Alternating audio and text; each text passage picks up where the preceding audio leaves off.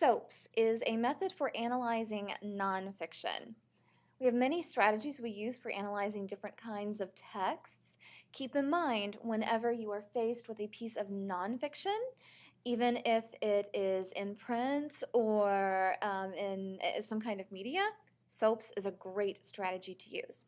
SOAPs is an acronym. It stands for Subject, Occasion, Audience, Purpose, and Speaker. As a side note, sometimes we add an extra bit to this, so it's not only soaps, but soapstone. And the little bit tacked on at the end is tone, the speaker's attitude toward the subject. The rest of this tutorial is going to stay true to the original form of soaps.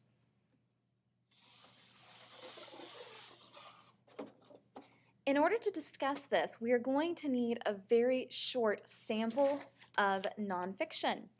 And this is posted for you separately, but I am going to read this to you as well so that we can discuss the examples more thoroughly. This document is from Chief Red Cloud's speech in New York on July 16, 1870. When you first came, we were very many, and you were few. Now you are many, and we are getting very few, and we are poor. You are here told that we are traitors and thieves, and it is not so. We have given you nearly all our lands, and if we had any more land to give, we would be very glad to give it. At the mouth of Horse Creek in 1852, the Great Father made a treaty with us by which we agreed to let all that open country stay open for 55 years for the transit of those who were going through. We kept this treaty. We never treated any man wrong.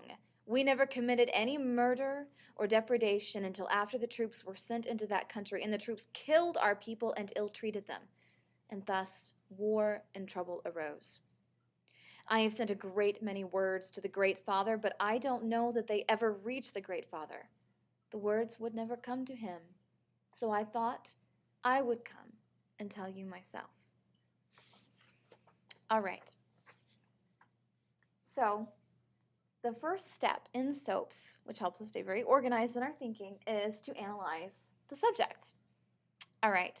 And the subject is very simply the general topic, the main idea. What is this nonfiction piece primarily about?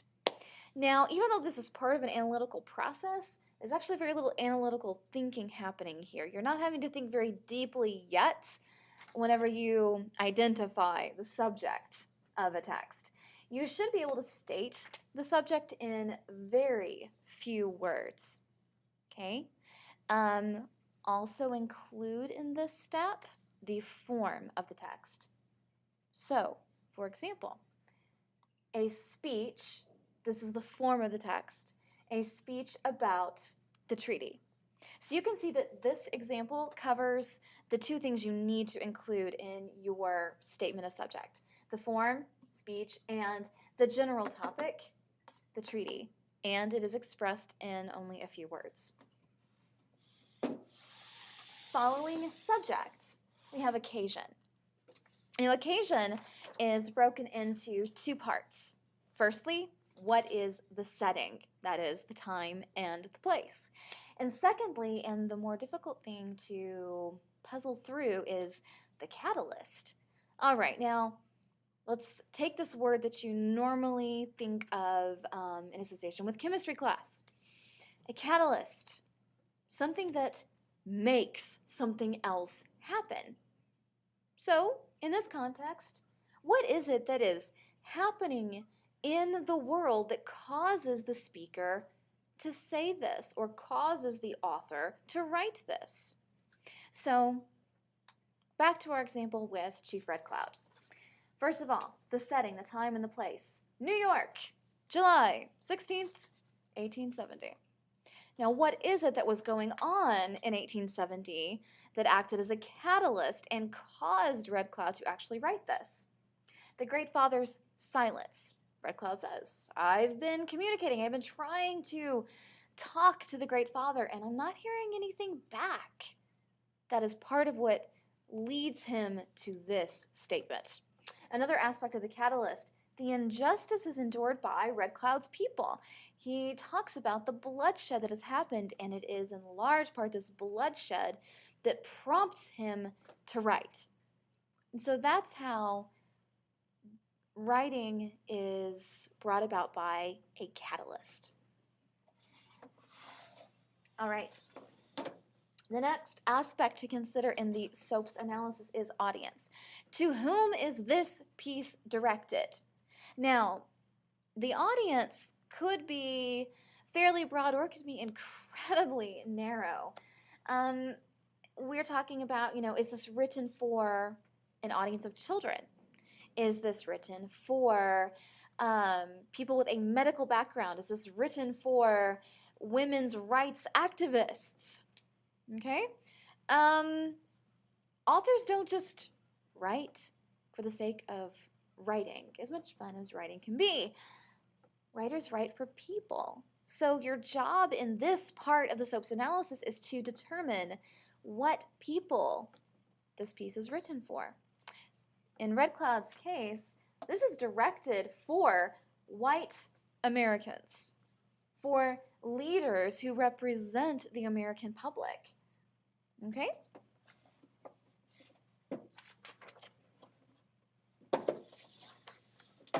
This leads us to purpose. And there is oftentimes a very close connection between catalyst or occasion and purpose, or between audience and purpose. Purpose really is about why. Why write this? Okay?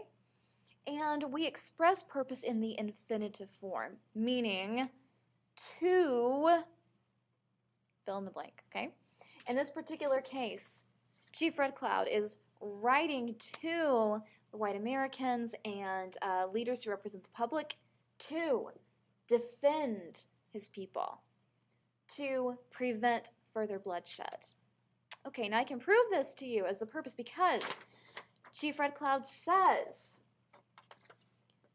we are told that you hear that we are traitors and thieves, and it is not so. He says, people say that we have done this. It is not so. He is defending his people. And then the second purpose that I give here, to prevent further bloodshed, he writes about all the death that has already occurred, and he expresses his desire that this would not continue. And so we can see his purpose for writing. Now, sometimes it is perfectly adequate to only give one purpose for the sake of showing you that there's not always one right answer. I wanted to show you two possibilities that we could support from this short reading. The last aspect of the SOAP's analysis is the speaker, the individual voice, or sometimes the collective voice that is behind the text. Now, this one is pretty tricky, and this is one of the reasons that I chose this particular passage, because of the pronouns that Chief Red Cloud chooses to use here. He writes, we are getting very few. We are poor. You here are told that we are traitors and thieves. We have given you nearly all our lands. If we had any more land to give, we would be very glad to give it.